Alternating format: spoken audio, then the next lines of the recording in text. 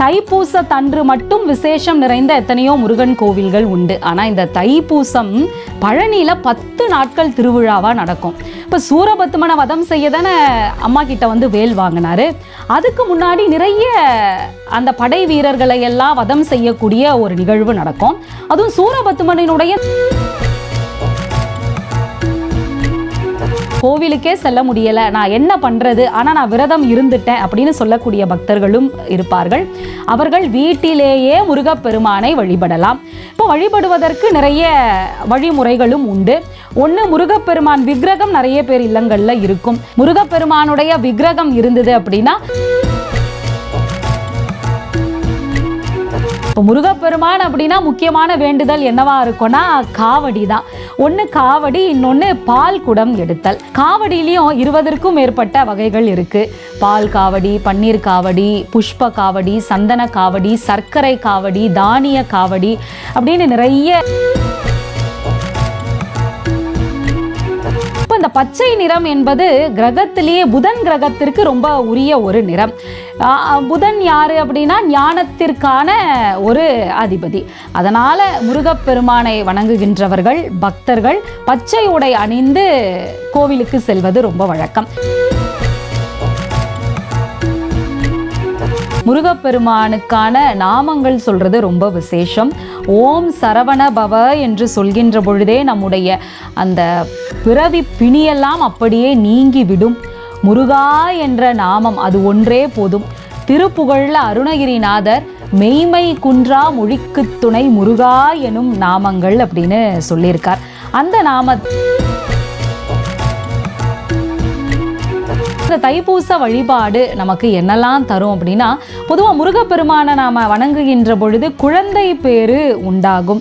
குழந்தை பேற்றுக்காக காத்திருக்கக்கூடிய தம்பதிகள் அன்றைய தினம் முழுக்க விரதம் இருந்து நாம் வழிபாடு செய்கின்ற பொழுது அவர்களுக்கு அந்த பாக்கியம் கைகூடும்.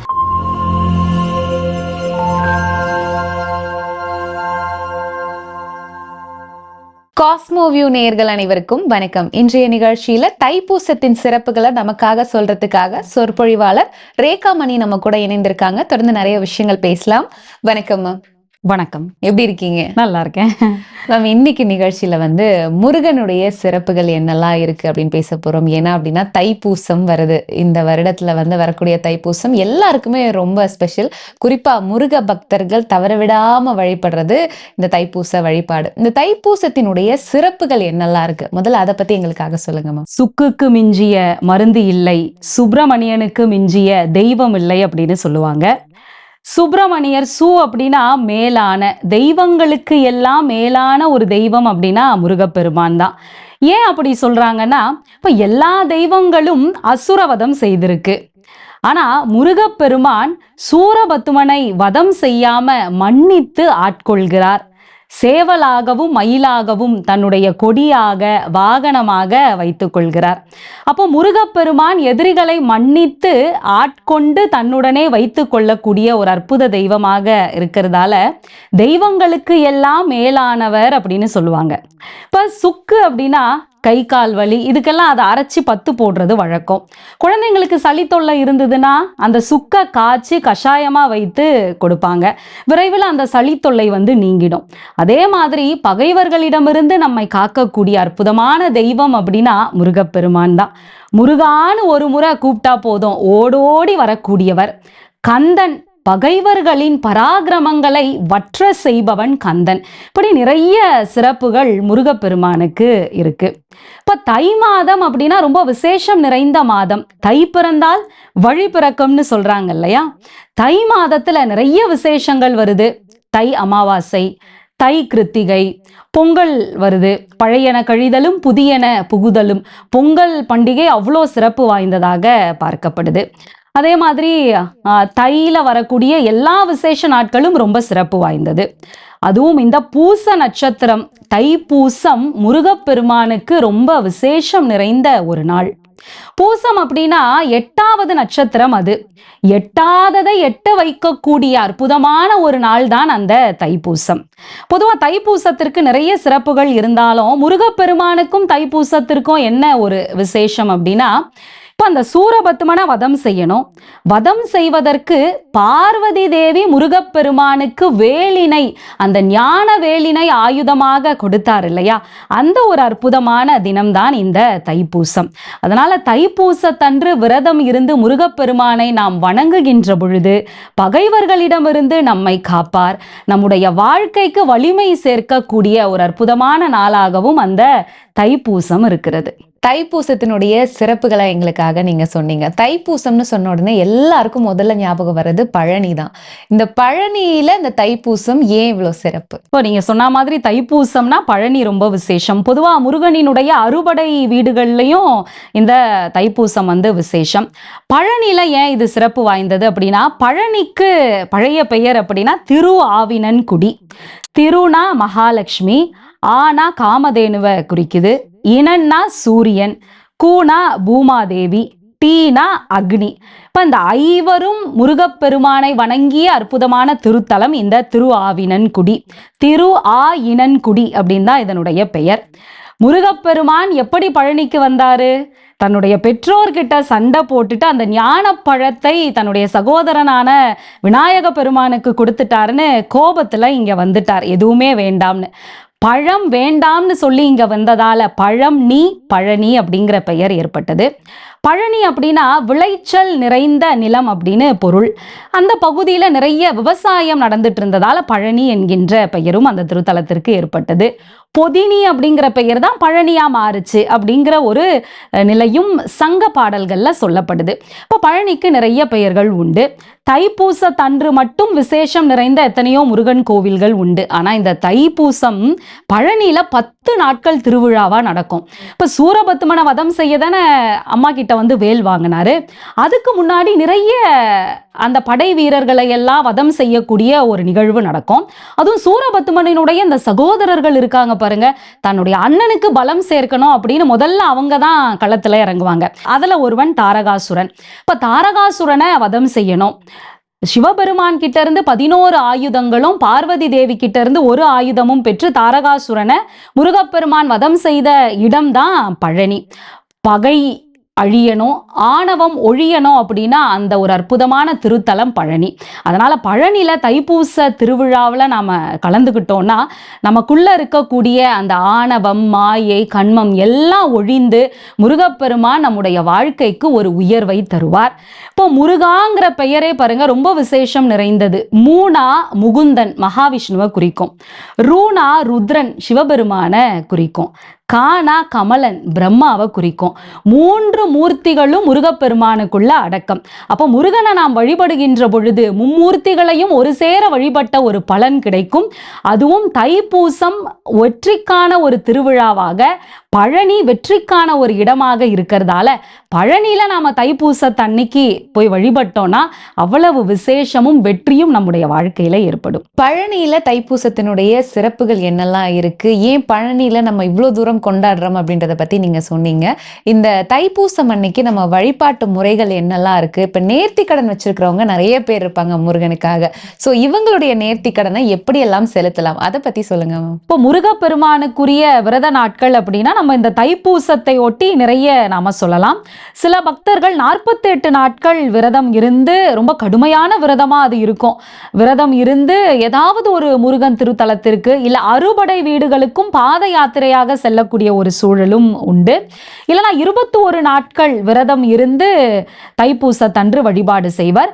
இல்லை என்னால் அதுவும் முடியல அப்படின்னா 7 நாட்கள் விரதம் இருக்கலாம். எனக்கு எதுவுமே முடியலப்பா அப்படின்னா ஒரே ஒரு நாள் தைப்பூசத்தன்னைக்கு மட்டுமே முழுமையா நாம விரதம் இருந்து முருகப்பெருமான வழிபடலாம். இப்ப 48 நாட்கள் விரதம் இருப்பவர்கள் சைவ உணவை மட்டும் எடுத்துக்கிட்டு முழுமையான விரதம் இருக்கலாம். 21 நாட்கள் இருப்பவர்களும் அதையே செய்யலாம். 7 நாட்கள் இல்ல ஒரு நாள் அப்படின்னா வெறும் பால் பழம் மட்டும் எடுத்துக்கிட்டு விரதம் இருப்பவர்கள் உண்டு.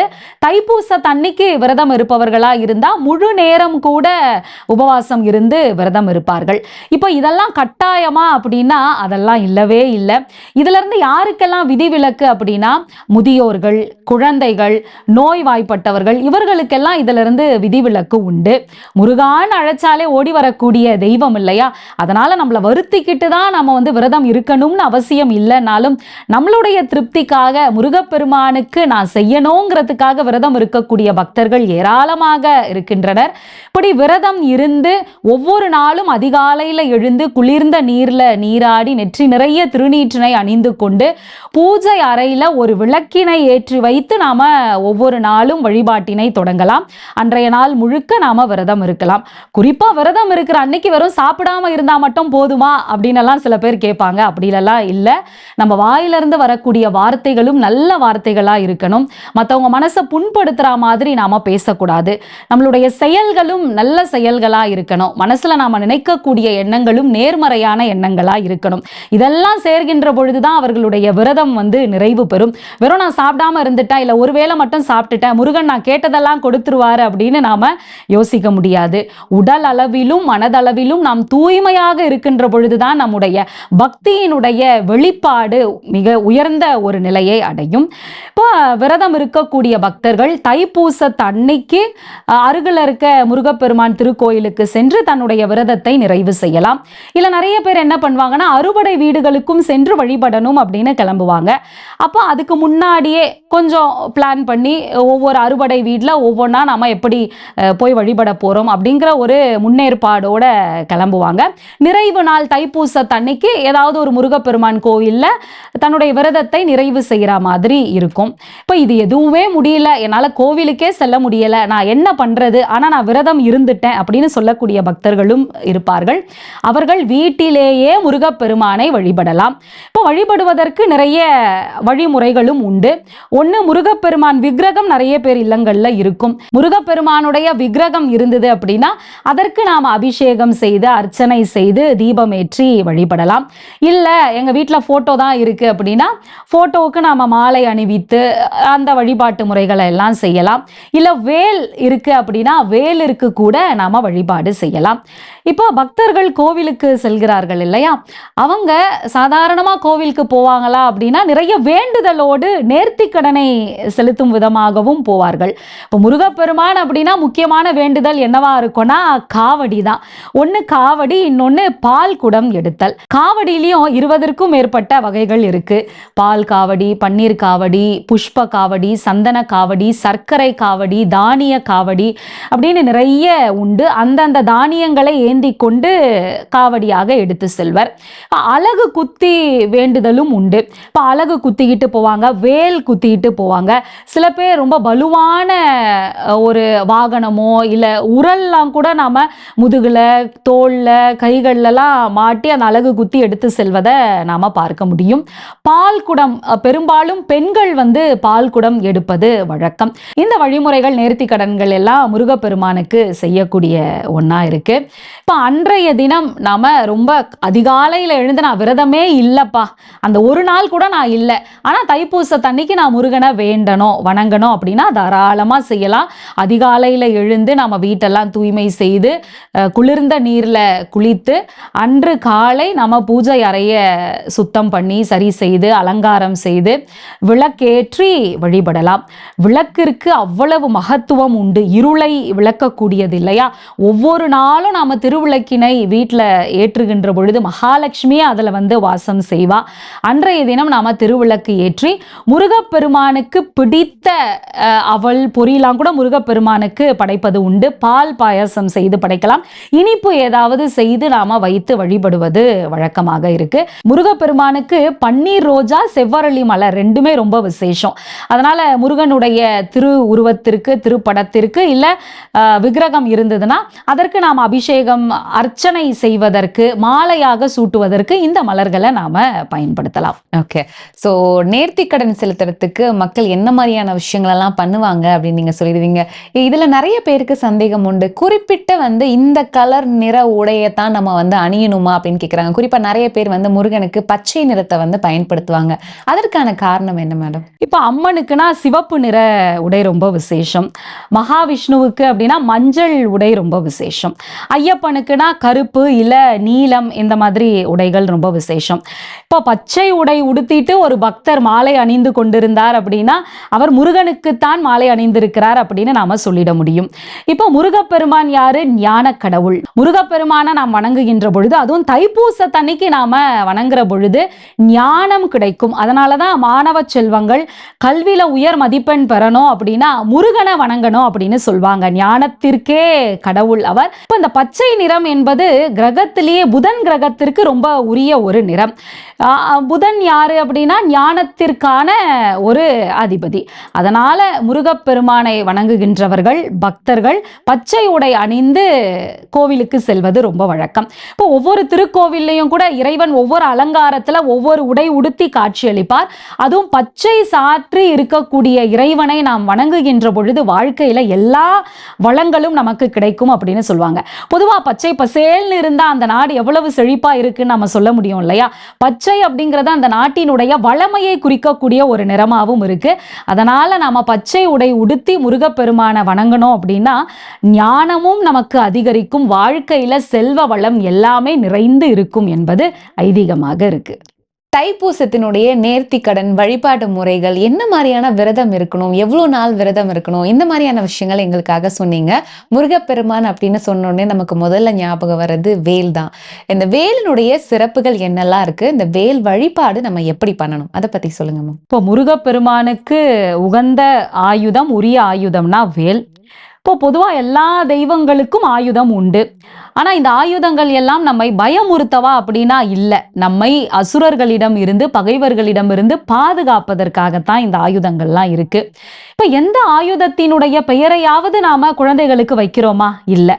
ஆனா இந்த வேல் ஆயுதத்தை வச்சு நாம எவ்வளோ பேர் வேலாயுதம்னு வைக்கிறோம், சக்தி வேல், ஞான வேல், எவ்வளவோ பெயர்கள் இந்த வேல் என்கின்ற அந்த சொல்லை வைத்து நாம வைப்பது வழக்கம். அப்போ முருகனினுடைய வேல் முருகனினுடைய அம்சமாகவே பார்க்கப்படுகிறது. எப்படி சிவபெருமானுக்கு 5 வகை தொழில்கள் உரியதோ, படைத்தல், காத்தல், அழித்தல், அருளல், மறைத்தல், இந்த 5 வகை தொழிலும் சிவபெருமானுக்கு உரியதோ, அவருடைய நெற்றி கண்ணிலிருந்து உதித்தவர் தானே முருகப்பெருமான். முருகப்பெருமானும் சிவனின் அம்சமாகத்தான் பார்க்கப்படுகிறார். அப்ப இந்த வேலுக்கும் அந்த 5 வகையான தொழில்கள் உண்டு. வெல் என்கின்ற அந்த வேர்ச்சொல் தான் அதுக்கப்புறம் வேல் என்று மாறியது. அதனால இந்த வேல் என்று நாம சொல்கின்ற பொழுதே நமக்கு வெற்றி நிச்சயம், பகைவர்களிடமிருந்து நம்மை காக்கக்கூடிய அற்புதமான ஆயுதம். இப்ப இந்த வேல் வழிபாடு எல்லா நாட்கள்லையும் ரொம்ப உகந்தது. அதுவும் இந்த தைப்பூசத்தன்னைக்கு வேல் வழிபாடு ரொம்ப சிறந்தது. இப்ப நாம கோவிலுக்கு போறோம். இப்போ முருகப்பெருமானினுடைய அறுபடை வீடுகள் ரொம்ப சிறப்பு வாய்ந்தது. அந்த திருத்தலத்திற்கு நாம போறோம். அங்கிருந்து நாம வேல் வாங்கிட்டு வரலாம். ரொம்ப பெரிய அளவுல தான் இருக்கணும் அப்படின்னு அவசியம் இல்லை. நம்ம சக்திக்கு ஏற்றதை போல ரொம்ப சிறியதாவே இருந்தா போதும். இப்ப அந்த வேல்ல வந்து பஞ்சலோகத்தாலான வேல் உண்டு. அந்த வேலை நாம வாங்கிட்டு வந்து வீட்டுல சாதாரணமா வழிபாடு செய்யலாம். அந்த வேல் வழிபாட்டை எப்படி செய்யணும்? இப்போ சிவப்பு நிற துணியை கீழே நாம போட்டு அதுக்கு மேல வெள்ளித்தட்டு இல்ல வெள்ளி கிண்ணம், பித்தளை, செம்பு, எதுனால நாம வசதிக்கு ஏற்ற மாதிரி பயன்படுத்தி கொள்ளலாம். சில பேர் வந்து தங்கத்தை கூட பயன்படுத்துகிற ஒரு நிலையும் உண்டு. நம்ம வசதிக்கு ஏற்றதை போல நாம அதை பயன்படுத்திக்கலாம். இப்போ அந்த தட்டோ இல்லை கிண்ணமோ வைத்து அதன் மேலே பச்சரிசி, அதுதான் ரொம்ப விசேஷம், பச்சரிசி வச்சு அது மேலே வேலை நாம நட்டு அதற்கு அபிஷேகம் செய்யலாம். குளிர்ந்த நீரால அபிஷேகம் செய்யலாம். காய்ச்சாத பால் அதை வச்சு அபிஷேகம் செய்யலாம். இளநீர் அபிஷேகம், குங்குமம், விபூதி, சந்தனம், இந்த மாதிரி நாம பொருட்களை வச்சு அபிஷேகம் அர்ச்சனை பண்ணலாம். அதன் பிறகு நான் முதல்ல சொன்ன மாதிரி முருகப்பெருமானுக்கு உகந்த மலர் பன்னீர் ரோஜா, செவ்வரளி, இந்த மலர் கொண்டு நாம அர்ச்சனை பண்ணலாம். அதன் பிறகு நிறைவா நாம எப்பவுமே வைக்கிற மாதிரி சந்தனம், குங்குமம், விபூதி இதெல்லாம் வச்சு தீபம் ஏற்றி வழிபாடு செய்யணும். இப்படி வழிபாடு செய்கின்ற பொழுது அது முழுமையடையும். முருகப்பெருமானுக்கும் அவல் பொறி வைப்பது வழக்கம்னு சொல்லியிருந்தேன். நிறைய பழங்கள் நாம வைக்கலாம். இனிப்பு பொருள் ஏதாவது செய்து நாம படைத்து அதன் பிறகு தீபாராதனை காட்டி அந்த வழிபாட்டை நாம நிறைவு செய்யலாம். இப்போ வேல் வழிபாடு எல்லாரும் செய்யணுமா இல்ல கட்டாயம் செய்யணுமா அப்படின்னா அப்படியெல்லாம் இல்லை. விருப்பம் இருப்பவர்கள் இந்த வேலை வீட்டில் வச்சு நிச்சயம் அதற்கு வழிபாடு செய்யலாம். இப்போ வேல் வந்து ஞானத்தின் அடையாளமாக பார்க்கப்படுகிறது. அதனுடைய உருவமே பாருங்களேன், மேல கூர்மையா இருக்கும். அந்த கூர்மை அப்படிங்கிறது நம்முடைய அந்த ஞானத்தை தான் குறிக்கிறது. இடையில எப்படி இருக்கும்னா அகலமாக இருக்கும்.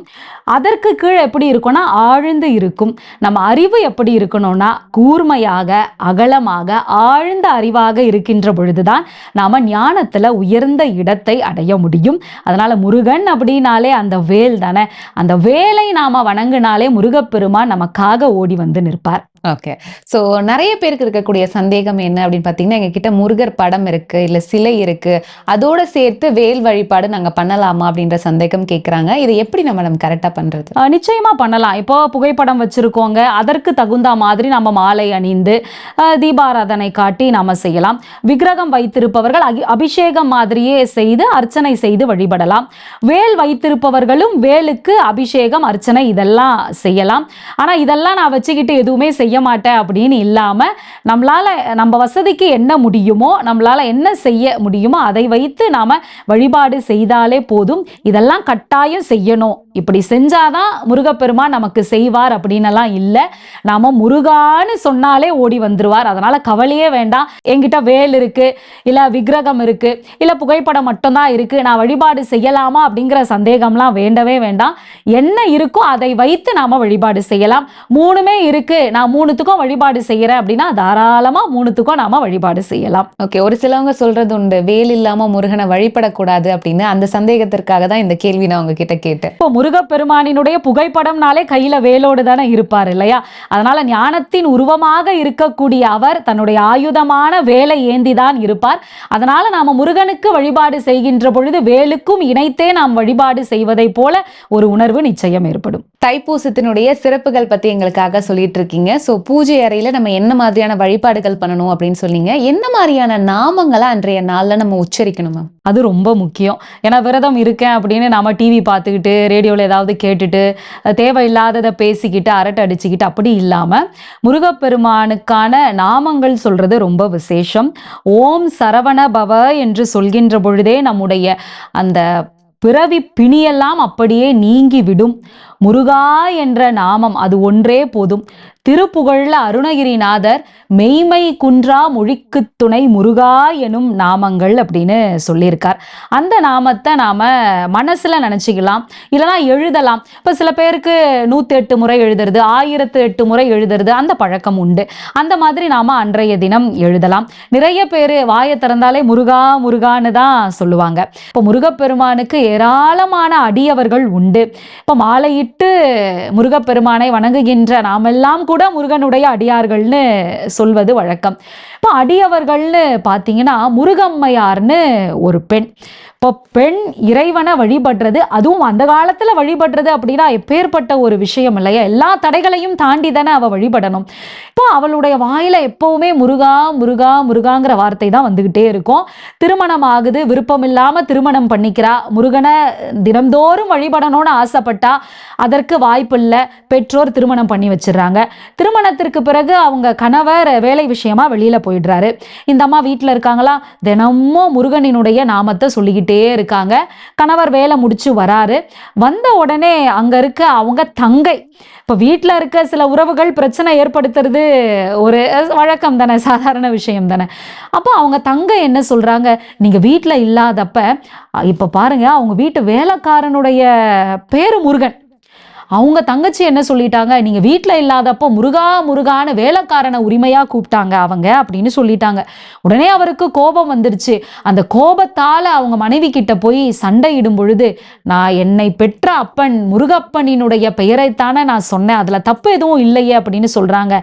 கணவன் சொன்னா நீ கேட்கணும், அந்த பேரை நீ இனிமே சொல்லக்கூடாது அப்படின்னு சொல்ல, எனக்கு முருகன் தான் முக்கியம்னு அப்பயும் முருகான்னு சொல்றாங்க.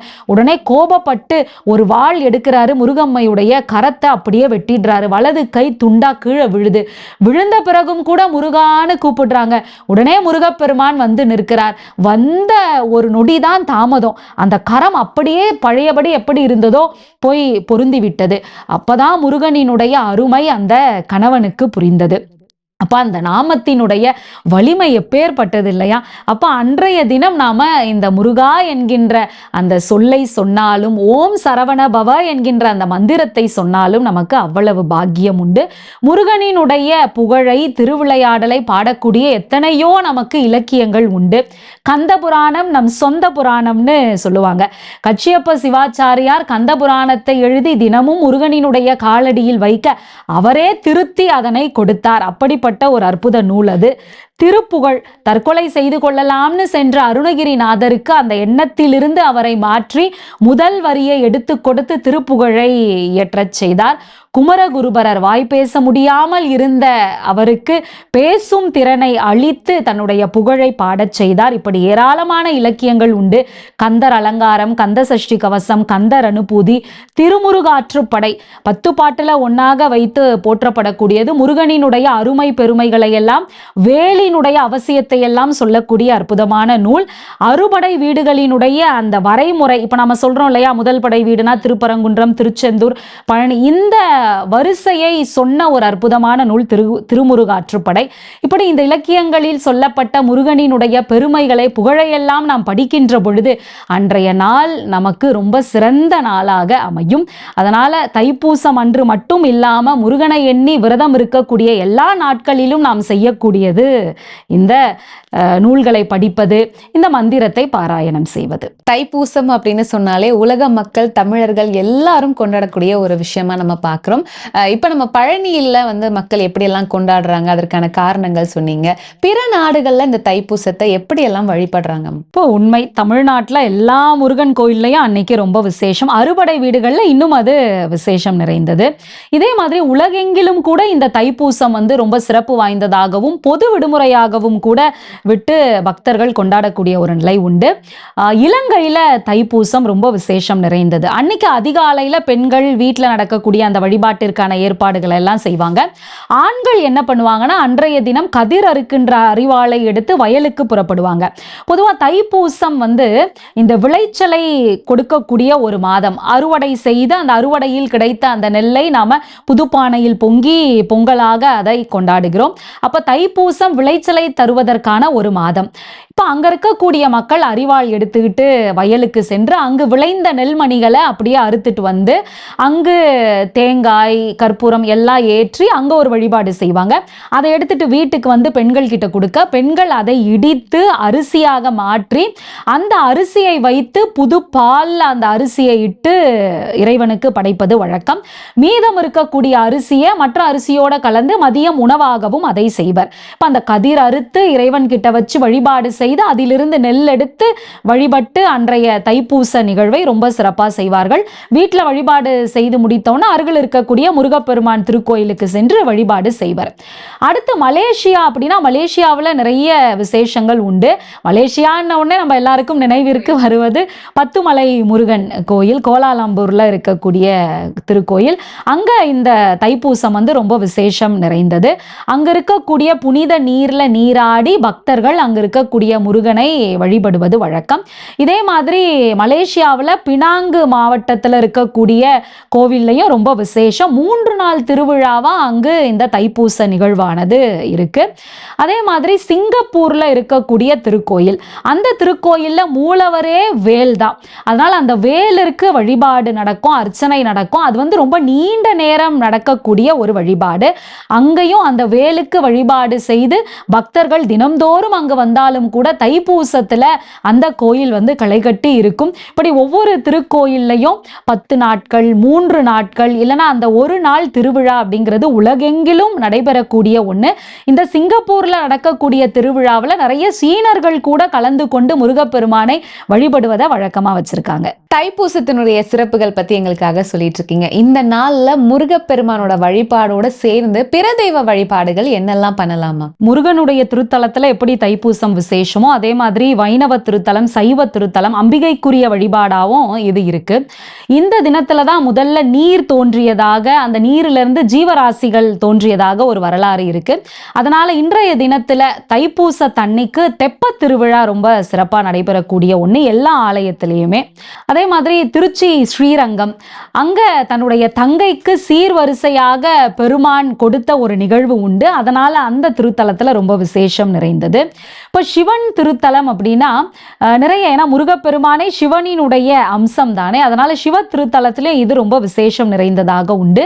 விழுப்புரம் மாவட்டத்தில் இருக்கக்கூடிய மயிலம், அங்க முருகப்பெருமான் தங்க மயில் வாகனத்துல எழுந்தருளுவார்.